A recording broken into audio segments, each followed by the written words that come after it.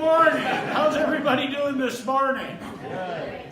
You know about the journey being interesting, it just gets more interesting all the time. It never gets boring. It just gets more and more interesting. Sometimes I wish it wasn't quite as interesting as it gets, but you know how it goes. So, I had a lot of time to reflect on this word blessing. And, you know, we use that word a lot of ways in a lot of different contexts.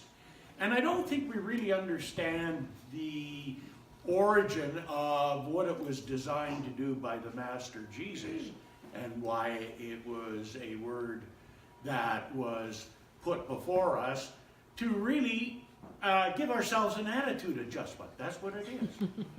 Okay? Because whenever you bless something or somebody, oh, they bless me. They don't bless you. They say they do, but they don't. The Pope doesn't bless you.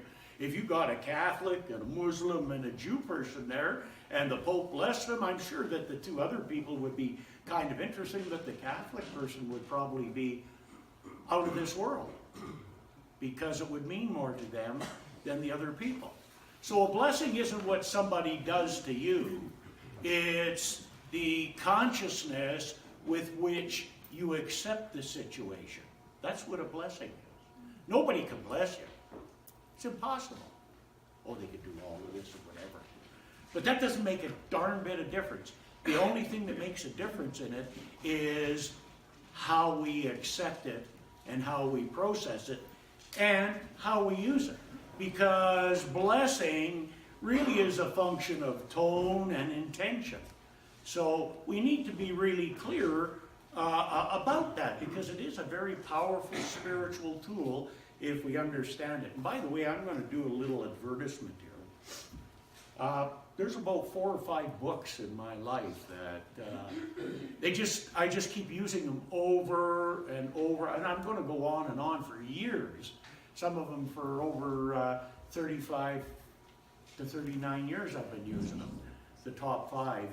And again, the talk directs me back to this one book again, for this one, the next one, and the last one. Probably all of them. But the point is, every time I go in there, in context of where I'm at and what I'm doing, it takes me to a different depth of understanding and a different level of acceptance than I had before. And so it doesn't end, it just keeps going, and it keeps getting more and more interesting.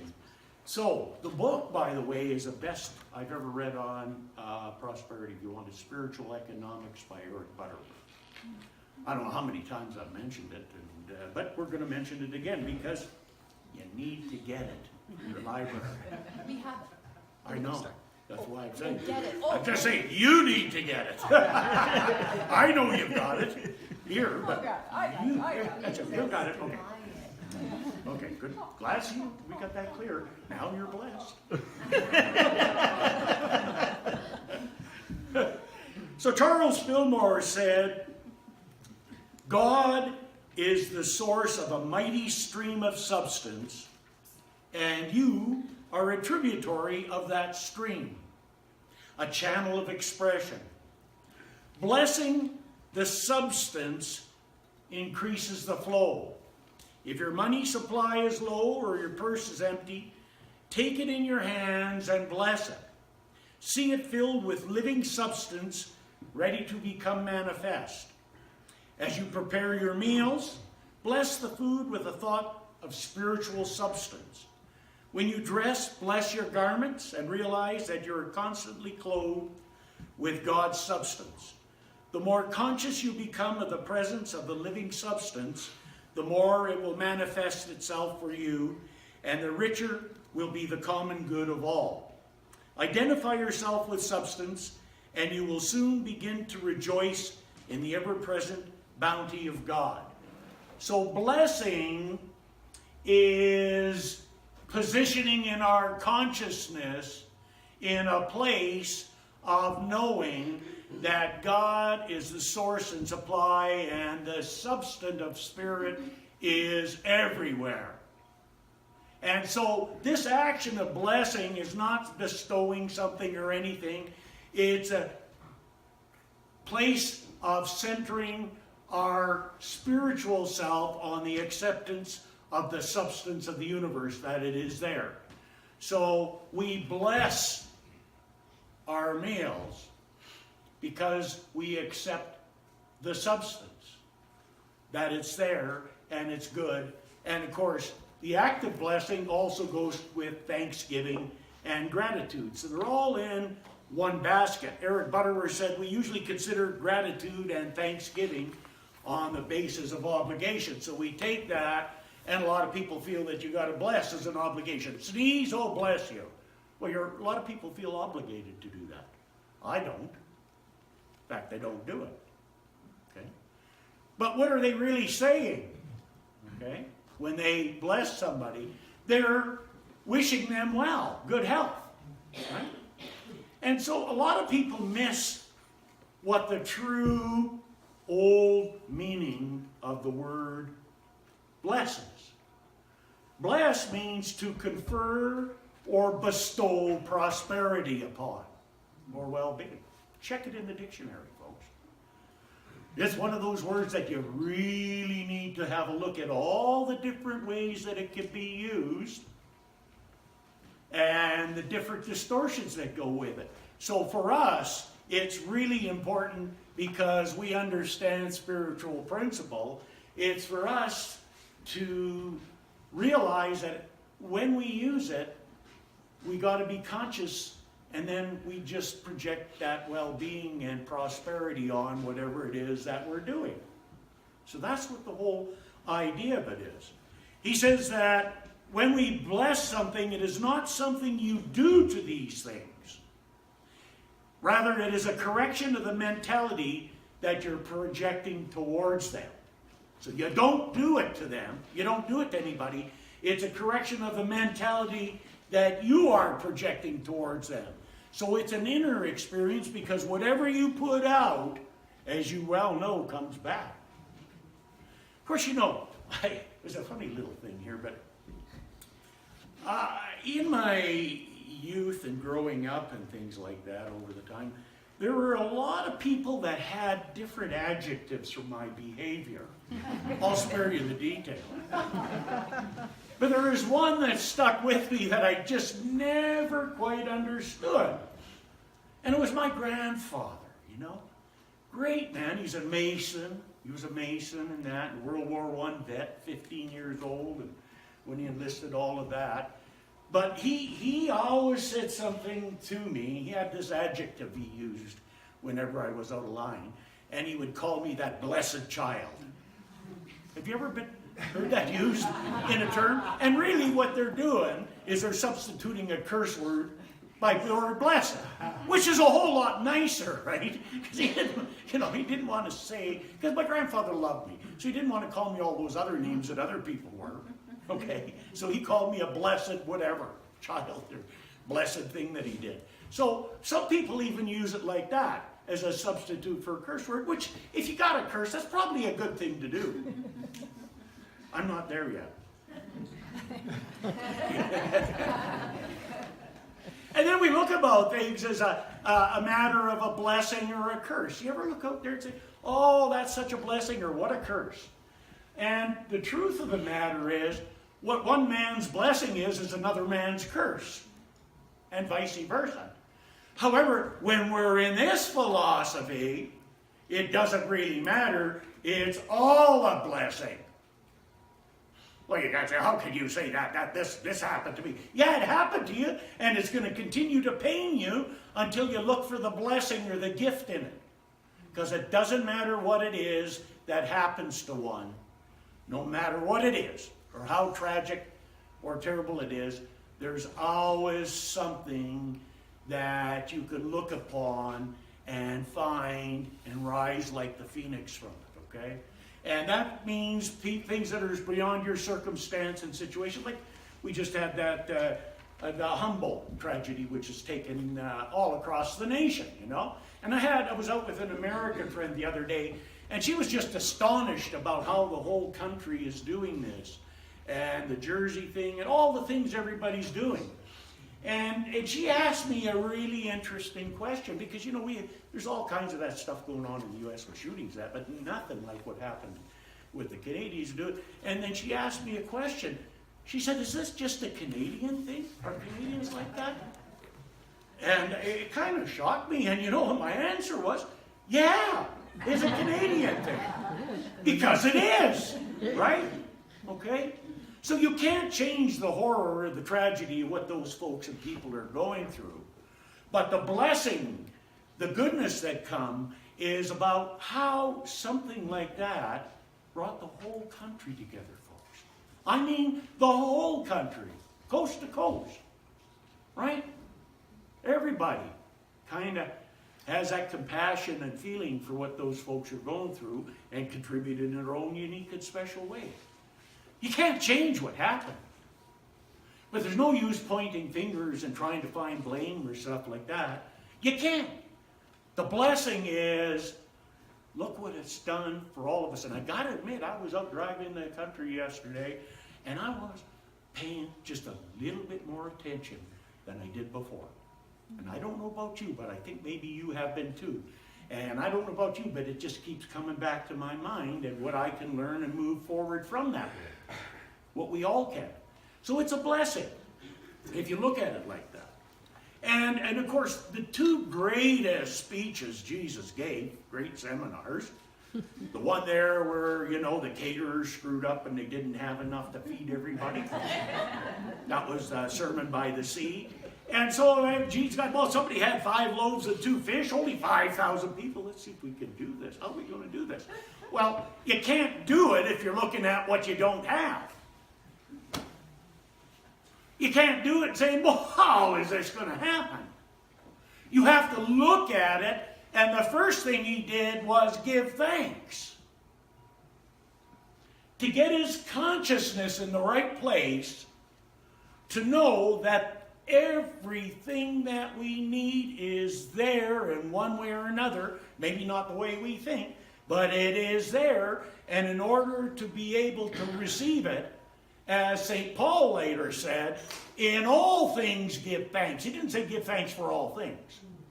So that's an establishment in consciousness of thanksgiving before we enter into the deed or the act. Then the next thing he did was he picked up the bread and the fish and he held it up and blessed them. And he wasn't conferring or bestowing anything upon them. He was acknowledging and accepting that there is this divine abundance in the universe and that the Spirit gives us everything that we need to sustain us mentally, physically, and emotionally in this life. Well, we're all here, so it must be true, right? So he did that to establish in consciousness this idea of substance and that it was available. That's what he did it for. And then, of course, you got to trip off to the other one, which is that other one he did, the Sermon on the Mount. And then the 10 key points there are blessed points, every one of them. And that one that he got there is, blessed are the meek, for they shall inherit the earth. And of course, meek's got a lot of terrible meanings to it. But what he was referring to wasn't the negativity that we tend to project on it. He was referring to being kind and gentle and nice people. That's what he was referring to. So blessed are the meek, because if we're kind and gentle and nice with each other and ourselves, we're going to inherit the earth. We get it. If we're going to go into it with all kinds of ego stuff and that, then we get our butts kicked, seriously, because it just comes around that way. Don't ask me about that one. I could tell you stories on that one, too. I know. Okay? So it's all about getting ourselves as an attitude. Or how about that one? Well, you can count your blessings. So when you say that, what are you saying? The true meaning of that is that you should think about how lucky you are instead of complaining. Ever said that to anybody? Oh, you should count your blessings and they're complaining? Yeah, count your blessings, because the Spirit is always there for you and will give you what it is you need to do. I had one of those dances with the Reaper again. I got to quit doing that. But it just seemed to happen. And it was one of those cases where I'm going down a road like this, straight. I'm going like this. And there's a car coming here, but they got a stop sign. You know where this is going, don't you? And anyhow, it got to the point where I had to make a decision. Do I slam on the brakes? Do I swerve? Or do I put the pedal to the metal? Now, of course, all of this, I can't process and think that fast. It was just, the decision had to be made. And because she was coming along this way, looking the same way I was going, not looking the way she was going, talking on the phone, going 55, 60K, boom, right through the stop sign in Cochrane. So, you know, you should have seen the look on her face, too, when she finally realized she was going to nail me. And in that case, you know, there's a split-second decision, and I always trust Spirit. So I just matted it. And you should have seen the look on her face when she was coming through about that far from my car. Of course, I couldn't do nothing. It was too late. And she went by the back end by that much. So I did the right choice. Put the pedal to the metal. Thank you, God. I felt blessed. Okay? Being in that special place where, and by the way, I reacted after. You can't afford to react in the face of adversity. One must maintain that center, because then the Spirit can guide you and inspire you, but you cannot be guided and inspired if you're flipped out. Try it. I have, it doesn't work. Trust me on that one. Okay, so I didn't complain about it, but you know, a lot of times people would go off and say, yeah, shut up, you know, which I would have done. I'm not looking at these on that phone, those young people today, those millennials are doing that, which he was. Okay, and you know, we have a lot of those comments. I could go there and blame her and all that. Would it have done any good? Doesn't make any bit of difference. Is that going to make her any more wrong than she was? No. Make me any more right? No. So after I did my little zip, which was instantaneously, I got right back into being grateful and being thankful, and to know I was blessed. Not by the car missing me, I was blessed by the Spirit in me, giving me the clarity to do what I needed to do to deal with the adversity in a way which I could walk away from. Okay? And I tell you, that is something. But the blessing that you get in your life cannot be given to you by anything or anybody else. The blessings that you get have to be given to you by yourself. That's the tough one to get to, is to know that if it is to be, it's up to me. So also, not only there's other faces of it that aren't quite as powerful, but it means, in the truest sense, to consecrate or render holy, beneficial, or prosperous by means of some religious rites. And so I always was interested in the religious rites and the big blessings. And in particular, I was very interested in it in watching the 4 battle scenes. And you got I go back to the days of the Crusades, you got all the Christians over here, and the top dogs are giving them the blessing to go into battle and stuff like that. Then you got the Muslims over here, and the Imbas giving the blessing for them. And so it's the same God, okay, but you get the idea. So those guys really aren't blessing for victory. The blessing is there for those to accept that life is a spiritual journey. This is what they need to do. And, you know, however it works out, it's going to work out. But there's no favoritisms here. Nobody, it doesn't matter if you want to think that, but there isn't. Nobody plays favorites. Both men, both sides, American Civil War, they all pray to the same God for the same thing. So it's got nothing to do with that. It's a centering of consciousness into the substance and flow of life. And there are countless stories, I don't know whether you ever read any or not, documented of guys that were, say, the head of a group of men, and they ran it spiritually with prayer and being centered, and all of them went through the whole battle unscathed. Nothing happened to them. What was the difference of that between everybody else? It was what they were focused in on. Okay? They were focused in on the spiritual part of what they needed to do. We're not talking about conditions here, folks. I use war, it's extreme. It doesn't matter whether it's war or whether it's going to the grocery store. It's the same thing that you've got to do inside. Conditions are always different. War is more extreme. But it's that same thing. We got to center ourselves on that inner self and that substance that's there to give us whatever it is that we need. And we're not, by substance, don't think it's something that you hold in your hand, because it's not. It's spiritual substance. It's that which is everything is made of. For example, if we didn't have our own unique identical form and an energy field to support us, we would, quantum physics tells us, just dissipate, dematerialize. But each one of us has an energy field to hold us together. Okay? We each have an energy field to hold us together. You want to prove it? You just get after, we can get the hands there and hold it this far apart, and as we bring them closer together, we can sense the energy field in people and what it is. I mean, if that's not there, what are we? We're substance. That's all we are. All this is just packed together in this mold. You never thought you were substance, did you? Yeah, we're substance.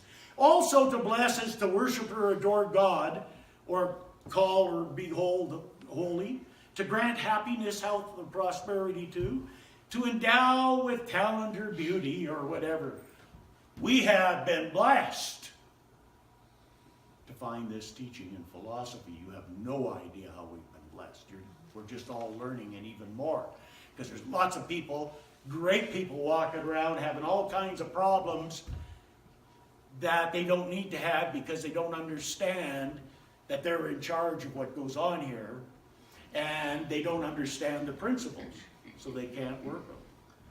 Okay? So we are blessed. Don't ever compare yourself to anybody else. Just compare yourself to yourself. And it's also to protect someone against evil or harm, like going into battle, and to call upon God or give a benediction. So we give benedictions, and a benediction is something that promotes goodness or well-being.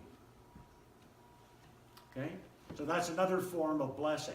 So the challenge is, to go forward from today, is to understand that word and the depths of the meaning that it has to us personally. Okay? And that when we use it the next time we bless a meal, not from the point of anything out there, but the point of being centered in consciousness, and then we give thanks for the meal, you see. The blessing is the centering of consciousness. The gratitude is what we bestow on it and give thanks for it. So every time you go forward using the blessing and you use that word bless, just stop and think about what it is that you're projecting upon it and where it is that you're going with it.